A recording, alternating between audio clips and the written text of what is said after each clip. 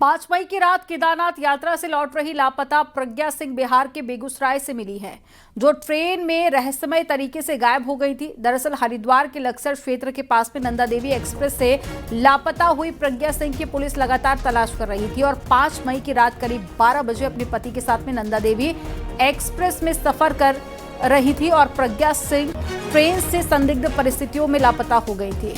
अब नवदंपति केदारनाथ धाम से दर्शन करके गाजियाबाद लौट रहे थे। हाल ही में दोनों की शादी हुई थी और नींद की झपकी आने के बाद में जब पति की आंख मुजफ्फरनगर रेलवे स्टेशन के पास में खुली, तब उसने पत्नी प्रज्ञा को गायब पाया और उसके बाद में खोजबीन शुरू कर दी। जांच में प्रज्ञा की last mobile location Laksar railway station के पास में मिली थी, जिसके बाद में लक्सर कोतवाली में महिला की गुमशुदा की रिपोर्ट भी दर्ज कराई गई। शुरुआती जांच में सामने आया कि प्रज्ञा अपने पति से नाराज चल रही थी। और ज्यादा जानकारी के साथ में सतेंद्र बर्तवाल जुड़ गए हैं। सतेंद्र, क्या अपडेट मिल पाई है, कैसे गायब हुई थी प्रज्ञा? बिल्कुल अमनदीप, पहले मैं आपको ये बड़ी खबर बता देता हूँ कि प्रज्ञा फिलहाल पुलिस को मिल चुकी है। प्रज्ञा बिहार के बेगूसराय से प्रज्ञा को पुलिस को बेगूसराय में मिली है। प्रज्ञा पुलिस के हवाले पुलिस अब लगातार प्रज्ञा से पूछताछ कर रही है।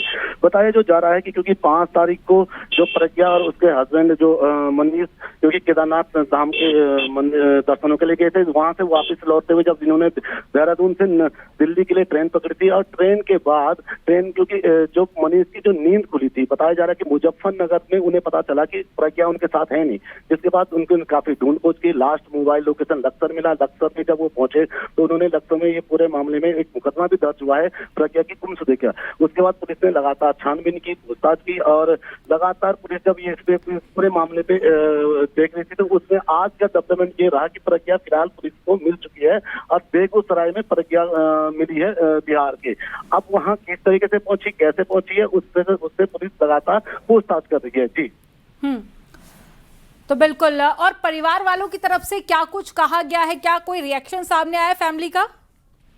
क्योंकि ये भी जानकारी मिली है कि क्योंकि प्रज्ञा ने सबसे पहले आज ही अपने माँ को फोन करके अपने सकुशल होने की बात कही थी और उसके बाद जब ये जानकारी मिली तो उसके बाद पुलिस लगातार एक्टिव हुई, क्योंकि अलग अलग टीमें पुलिस की निकली थी, प्रज्ञा की ढूंढखोज कर रही थी। और प्रज्ञा ने जब क्योंकि अपने मोबाइल से बात नहीं की, किसी अन्य के मोबाइल से प्रज्ञा ने अपनी माँ को जब फोन मिलाया था, फोन पे बातचीत हुई थी, सकुशल अपने को बताया था और उसके बाद पुलिस ने उसी मोबाइल को ट्रेस कर पुलिस की बेगूसराय पहुंची और बेगूसराय में पुलिस ने फिलहाल प्रज्ञा को अपने पास। ठीक है सतेंद्र, मैं आपसे और जानकारी लेंगे, लेकिन विभूम विश्नोई हमारे साथ में जुड़ गए हैं, प्रज्ञा सिंह के भाई हैं।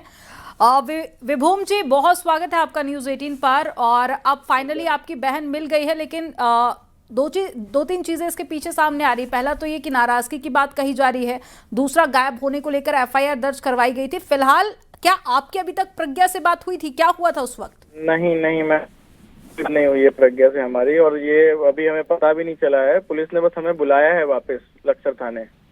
अभी किसी की भी कोई भी बात नहीं हुई है प्रज्ञा से।